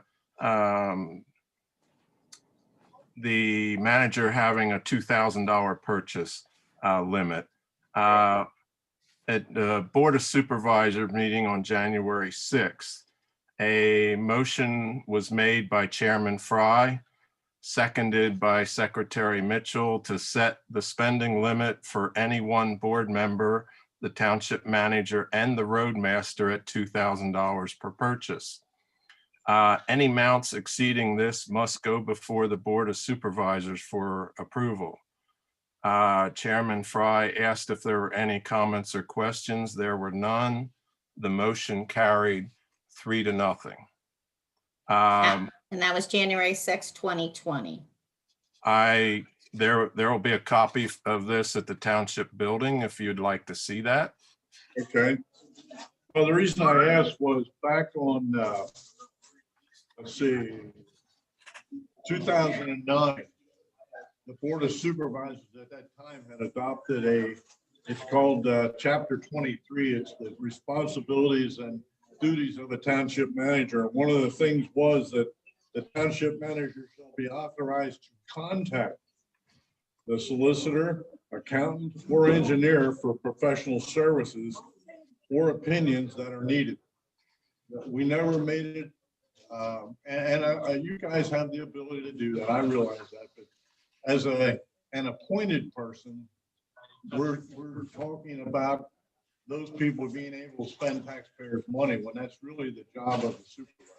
And that's the only reason I was questioning it, because if you want to see this, like I said, it's ordinance 2009-01. There are nine sections in this with 20 subsections relating to what this township manager in East Cocalico is allowed to do. And again, there was no mention of any money being able to be spent. It's always was not able to do that for obvious reasons. So that's, but if you have it, that's fine. If you can make a copy of that, put it in the township, I'd like to have it. Yes, not a problem. Would you say when supervisors approve a list of bills, and if there's any question that makes it valid? I don't understand your line of questioning. Well, would that make the expenditure valid when supervisors approve the list of bills? I guess you guys say it is, yeah. Like I Well- said, I'm going by what was written up back in 2009, and there was no ability for a township manager to spend money. Right. Right. So I'm just comparing apples to apples, that's all. Not All right. Thank you. Okay, moving on to public comment. Everybody has 5-minute limit. I have a comment if it's the appropriate time. Yes. Thank you. Your name, please. Yes, my name is Julie Slabinski. It's S as in Sam, L-A, B as in boy, I-N-S-K-I. I am an attorney and I represent one of your township residents. His name is Matthew Grant. He lives at 145 to 157 North Line Road. And I actually represent him on a zoning issue that I know Tony is familiar with. It's been going on for quite a while. Mr. Grant lives on the property and he also has a farm stand that he has a permit to operate. He intends or would like to put in a kitchen, like a refrigerator, stove, that type of thing, so that he can increase the items that he's selling in the farm stand. So for that reason, we ended up seeking zoning approval. And the zoning hearing board denied Mr. Grant's request. So the issue was then appealed. The appeal is now pending before the Court of Common Pleas. I'm here tonight because the zoning hearing board solicitor, Mr. Richard Young, suggested that I come before the Board of Supervisors and kind of explain the backstory and where the case stands, which I'm happy to do. I'm happy to provide more information. In all honesty, I'm slightly confused as to why Mr. Young suggested that we do that because as I mentioned, this case is on appeal before the Court of Common Pleas, specifically with Judge Miller. And the township has not entered as a party in the case. And so they're not really a party to the appeal. So while I'm happy to explain anything to the township and answer questions that the board may have,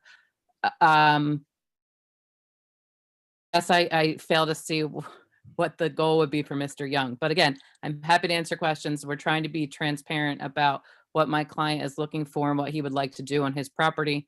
And of course, we would love to have the township support in what he's seeking to do. He is a local farmer and a fireman and wants to keep operating this business in East Cocalico Township from the property that he lives and works on.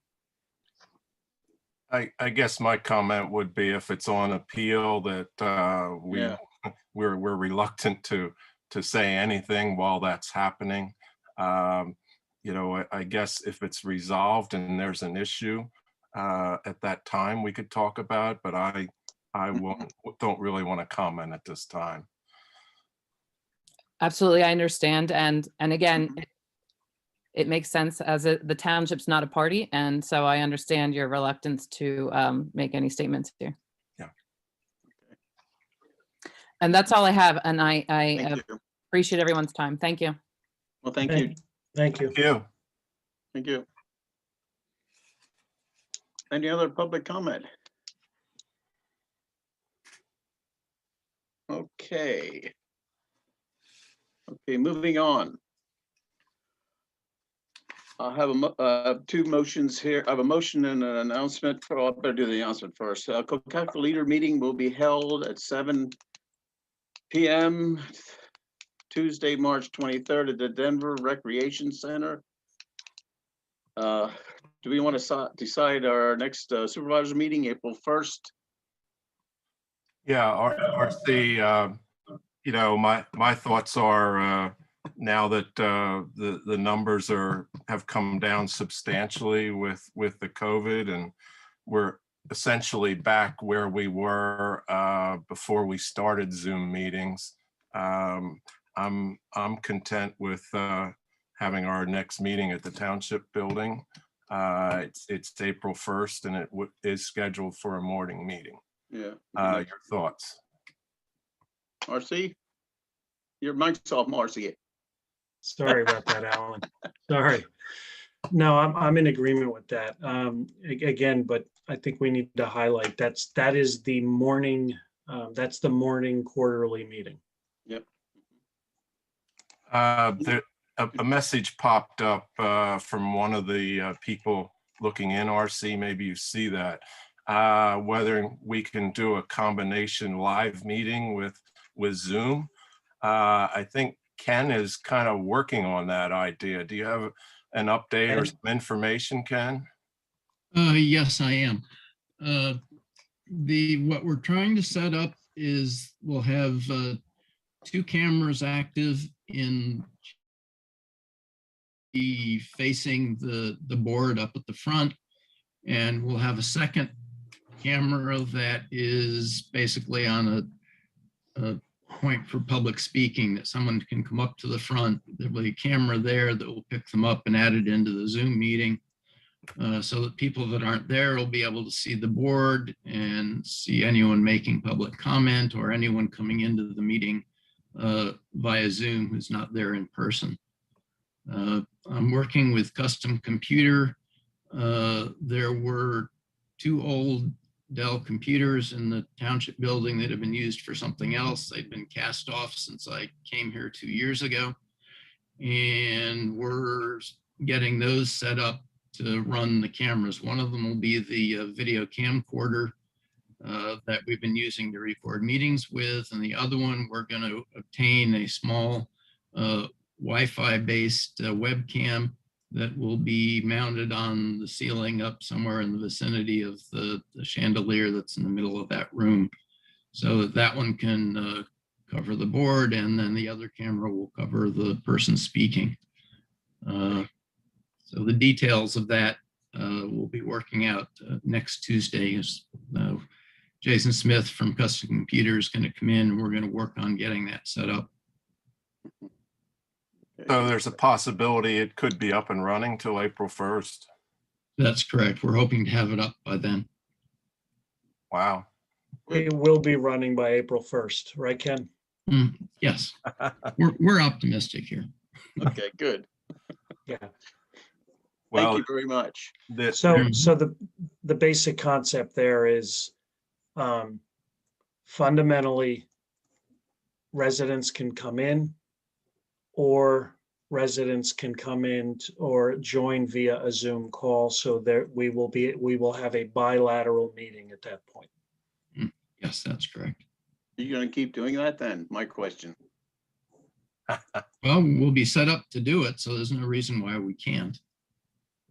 Right. There is some advantage to that in my mind, because we're getting a lot more people at meetings when they're by Zoom than when we had the in-person meetings in the township building. It's a lot easier just to turn your computer on at whatever moment, and if you're not dressed for it, you turn the camera off. Right. But anyone can participate that way, and it should increase participation in my mind. Yeah. Yeah, we have 31 participants tonight at least. So. Right. Okay. Okay. I have a motion here. I move that the board approve the agreement and release Pendrick C. Pollock.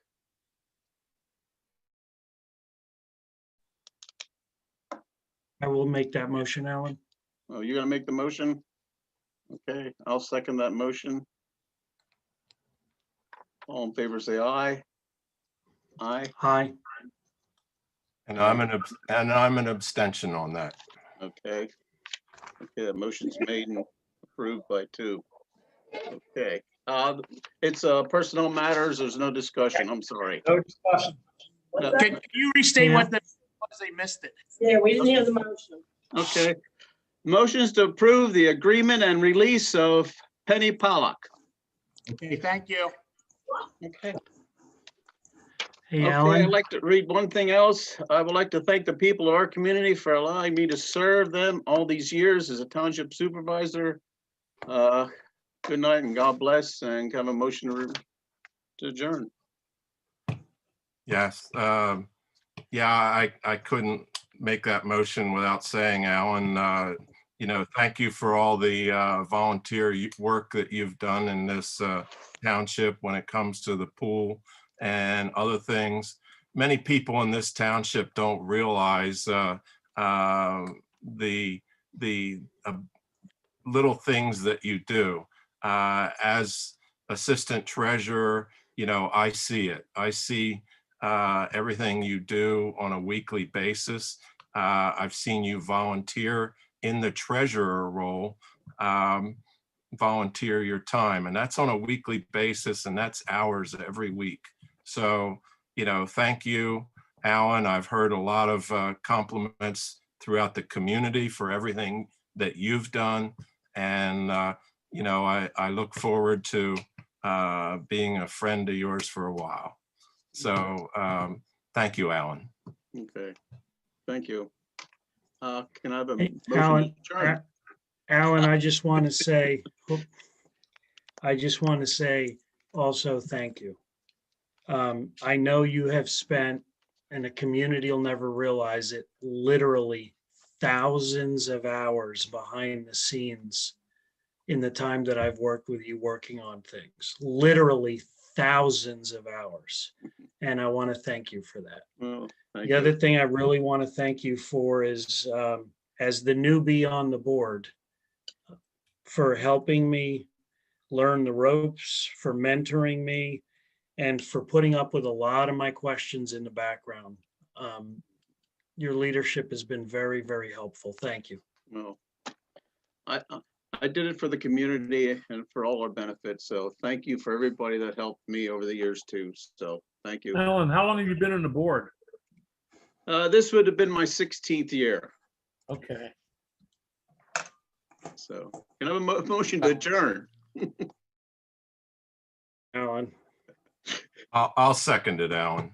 Okay, all in favor, say aye. Aye. Thank you. God bless and good night. Thank you. Penny, you, Alan. Penny, did I ask you that the